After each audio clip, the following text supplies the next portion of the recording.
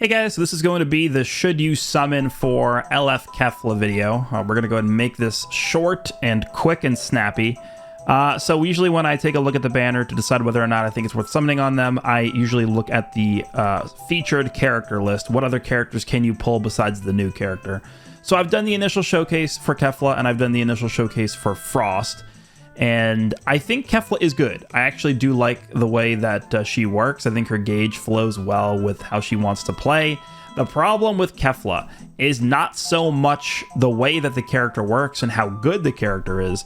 It is just simply the role of the character. This character was created to be used on Universe Reps mostly, and I guess also as like a secondary option for Fusion Warrior. But Fusion Warrior, we're kind of just waiting for another really good unit or two to make that team complete to use next to Kefla and Super Vegito. So the real use case for this character at this point is Universe Reps. She's giving the extra damage guard to Universe Rep allies. I think most of her better equips are for the Universe Reps team.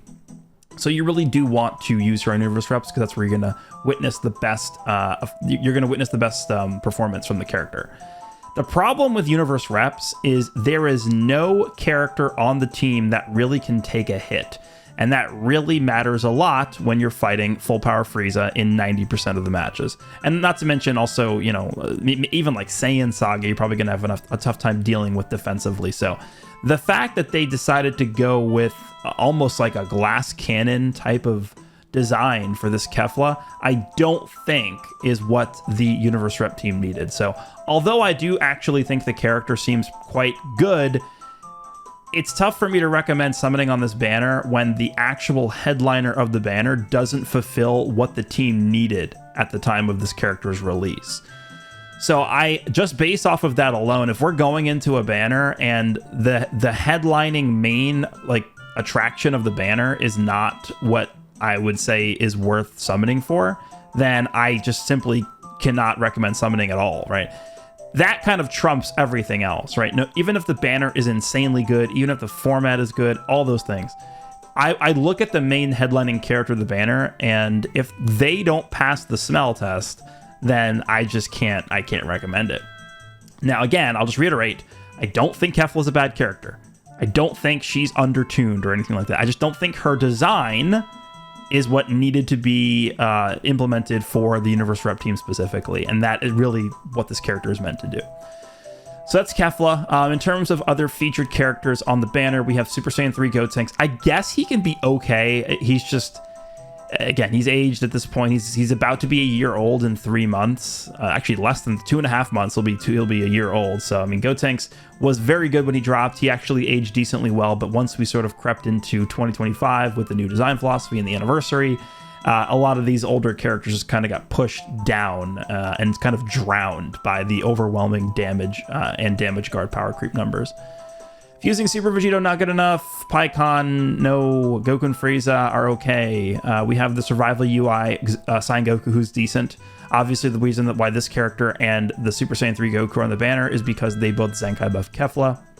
Kefla does... One good thing about Kefla, for sure, is she definitely has a lot of good Zenkai buff options, so that is good.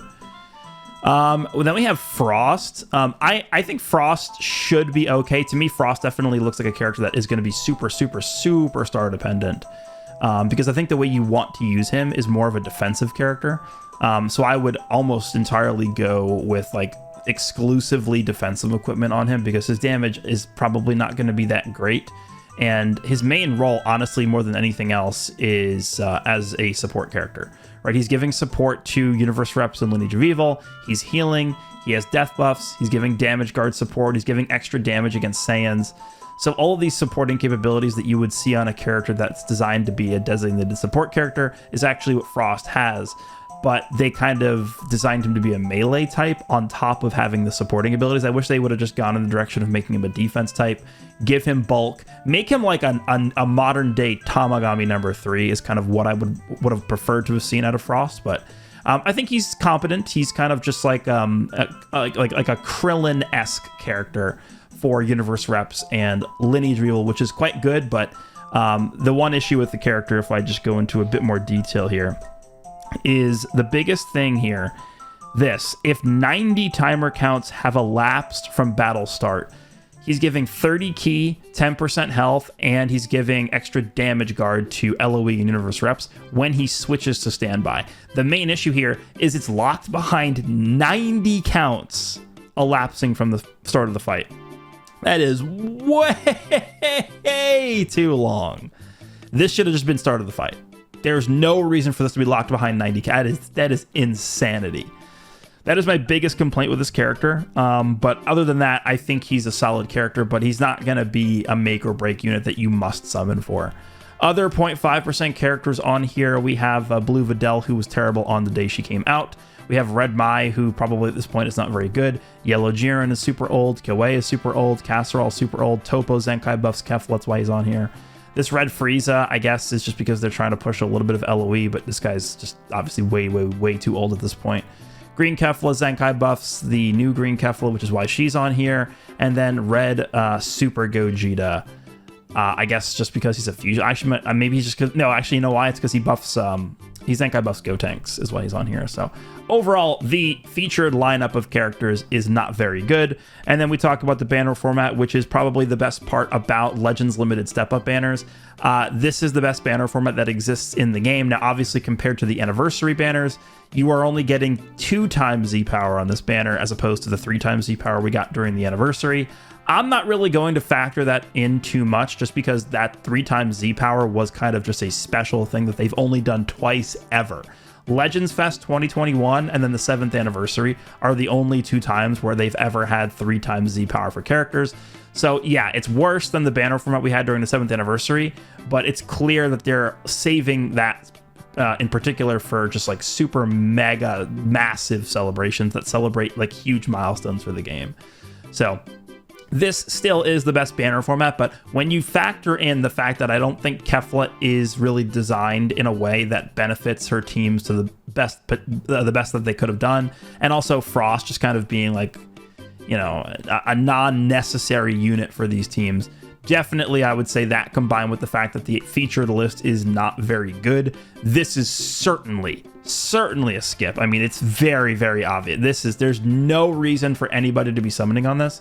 I guess the only thing would be if you are a Fusion Warrior main and you've just been essentially starving since Legends Fest, because we've gotten 0 essentially Fusion Warrior buffs since Super Gogeta got his platinum equipment, right? Because we had Transforming Vegeta Blue during Legends Fest Part 1, then we got the platinum equipment for Ultra Super Gogeta, and then for the past 7 months we've gotten basically nothing for Fusion Warriors. We just got the platinum equipment for Super Vegito, and now we have Kefla. If you are somebody who almost exclusively summons for Fusion Warriors, I could maybe see a justification for summoning on this, but even like a Universe Reps main, I don't even think I'd recommend summoning on this because, again, this Kefla is not providing what the Universe Rep team needs. She's not bringing the goods to the table because Universe Reps has a huge gap in their team right now, and the gap is a defense type filled hole. That's what the hole is on the Universe Rep team. A wall of a character coming in with massive amounts of damage guard, disrupt, type neutral, second life mechanic, buff removal. Like, that's the kind of character that the Universe Rep team needs badly, and that is not the way that they designed Kefla. So I certainly would not recommend summoning on this. In fact, what I would say you should probably do at this point is you should take your Chrono Crystals and you should simply just summon on the Namek Goku banner, or you should summon on the Full Power Frieza banner before they go away in 2 days. So that is what I would say is probably the best way to do this. Namek Goku and Full Power Frieza are completely dominating the game. I don't really think it matters too much which one you summon on. I'll just say I think Namek Goku is going to have better longevity than Frieza. Frieza, I would say, is the more dominant character right now, but when it comes to, you know, every new character coming out essentially being a Saiyan in this game, Goku is going to, I think, age better, and also the KO guard mechanic is probably just going to be a better aging mechanic than the active gauge mechanic that Frieza has. But we will see. That's what I would say is my conclusion for this Kefla banner. Let me know down below if you guys have decided to summon on this banner regardless. Maybe you just like Kefla a lot, and if you do, and you're going to have fun using the character, that's completely fine. I think that's probably the main thing I always tell people, right, is if you are just going to have a lot of fun using the character, maybe you have like a you just love Kefla. Like you're really, really in love with the character. It's your favorite character. You think the play style fits you or something, like very personalized reasons for summoning, then sure, I think that's completely fair. But objectively speaking, this is value-wise not really the best place to be spending your CC. Save up or summon on the Part 3 Ultra banners, because these banners will probably be gone for a few months. That's typically what happens for the major Anniversary or Legends Fest Part 3 Ultra characters. But let me know what you guys think if you guys enjoyed this one, and I will see you in the next one.